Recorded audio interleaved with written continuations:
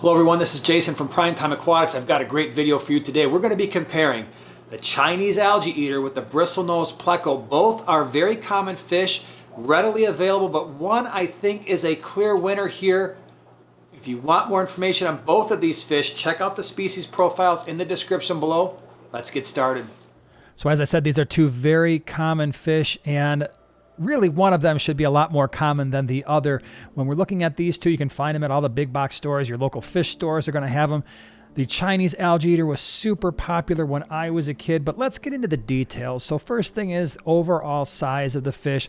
Your Bristlenose Plecos are going to max out. Males are going to max out right around 6 inches or so. Females are going to be a little bit smaller, maybe maxing out at around 4 inches. They're going to be a little bit more wide-bodied than the Chinese Algae Eater, which can max out somewhere around 10 inches or more. A lot of internet sources will say even a foot. I haven't seen them grow much past 8 to 10 inches. So your Chinese Algae Eater is going to get longer, but it's not going to be as wide body as the Bristlenose.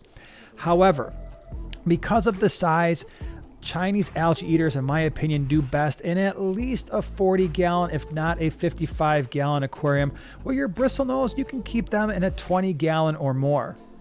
Now, both of these fish do well in a wide range of water parameters, anywhere from a pH of below 7, maybe 6.5, all the way up to a pH of slightly above 8.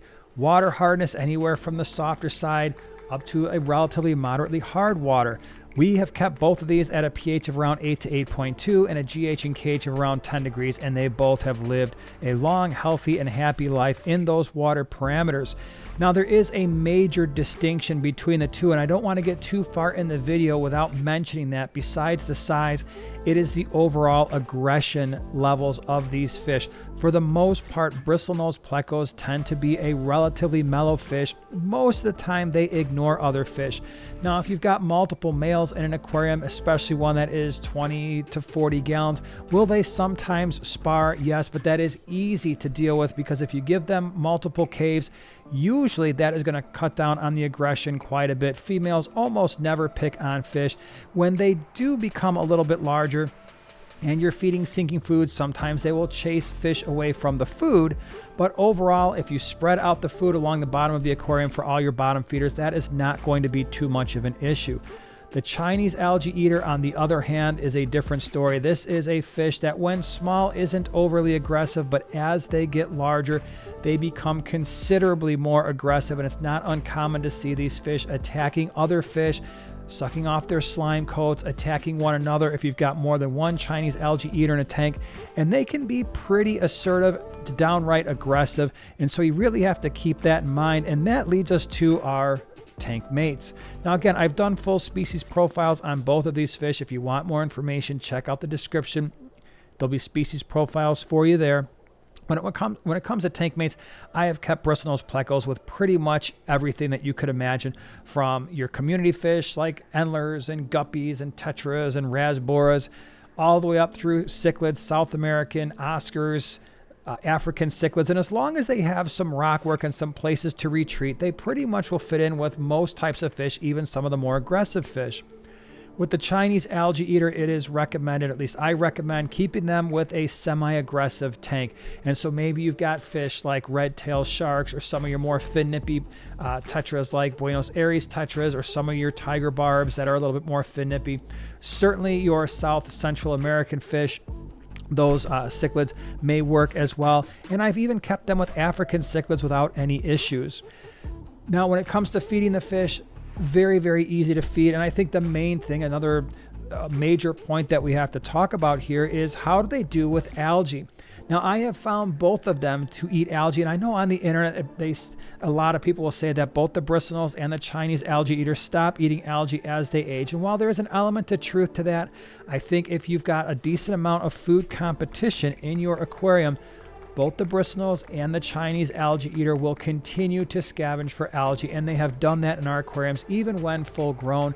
It's one of the reasons why in our fish room we have Bristlenose Plecos in almost every single aquarium. because they do continue to graze on algae on the glass and on decorations. I would say the Chinese Algae Eater is less likely to do that as it ages, but both will. Now, the interesting thing is, especially when they're younger, I actually think the Chinese Algae Eater does a better job of eating algae because it's a smaller fish, more narrow-bodied, weighs less. I have found it to eat algae on the top of plastic plants and all over decorations. As it gets older, it doesn't do that as much, but both will eat algae. Both need to be fed, and I think a lot of people, when they buy these algae eating type of fish, they assume that they're always just going to find algae in the aquarium, but the smaller Bristlenose Plecos and Chinese Algae Eaters will make quick work of most of your brown diatom algae, your green algae, and once that's gone, they need to be fed, and that's, I think, another reason why Chinese Algae Eaters and to a certain extent Bristlenose Plecos can get somewhat aggressive, especially around feeding time, if they are not getting enough food. And so make sure, if you're keeping these fish, that you have some type of a sinking algae wafer. We love the North Fin kelp wafers for both of these fish, or some type of a sinking pellet so that they can eat and not get overly aggressive when it comes time to feed the other fish. Now, tank mates here, again, we've already gone over that. There's a wide variety of tank mates that you can do for both of them, but you're going to want to stay on the semi-aggressive side for your Chinese Algae Eater. From a cost perspective, neither one of these fish are overly costly. Chinese Algae Eaters can sometimes be found for $1, $2, $3 a piece. It's not uncommon. Usually they're going to be very small, 1 inch to 2 inches, and at that time, they're actually going to show some pretty nice color. And so you'll see that lighter brown, and they'll have the stripe across the center. As you're seeing throughout this video, however, they really do mostly turn into a brown fish, and a rather unremarkable fish. Now, there is the golden variety of Chinese Algae Eater, which is actually a really pretty fish. Has generally the same temperament, although I don't think it gets quite as aggressive as the standard Chinese Algae Eater does. But you're really kind of limited when it comes to color varieties.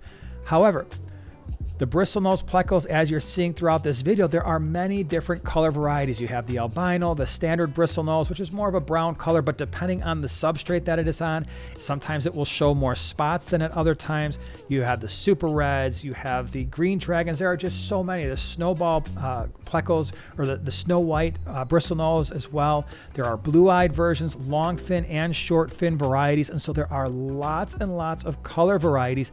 Now, when it comes to cost, the price is going to be all over the place. So for albinos and the standard brown short fin varieties, they might only be a few dollars depending on the size as they get a little bit larger, and especially the long fin, and especially those that show more color can be considerably more. At a local fish store, you might expect to pay $15 to $25 depending on the fish that you buy. So Bristlenose can be a little bit more expensive. Both of them are going to live a very long time if you treat them right, if you feed them properly and give them stable water parameters.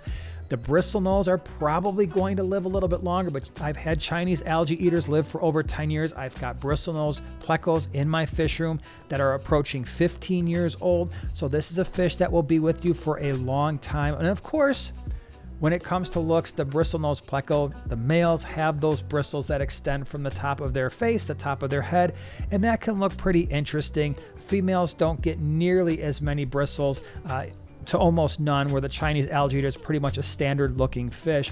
Now, if I were to make a recommendation which one, I choose the Bristlenose Pleco every single time, because I've been able to keep it with so many different varieties of fish, because it doesn't get as aggressive, because it stays on the smaller side, and I can put them comfortably in a 20-gallon tank and not have to worry about any issues. I would highly recommend choosing the Bristlenose Pleco over the Chinese Algae Eater. They're both going to be able to eat algae even as they get larger. But the Bristlenose Pleco is going to give you a lot more options when it comes to color and variety, and it's going to be a little bit less aggressive. But I would love to hear from you in the comments section below. If you've got experience with these fish, was it good? Was it bad? Which one do you prefer? If you've got a Bristlenose color or variety favorite, leave that down there as well. Again, we've got the species profiles for you in the description if you want more information. Thank you so much for being here, and we'll see you in the next one.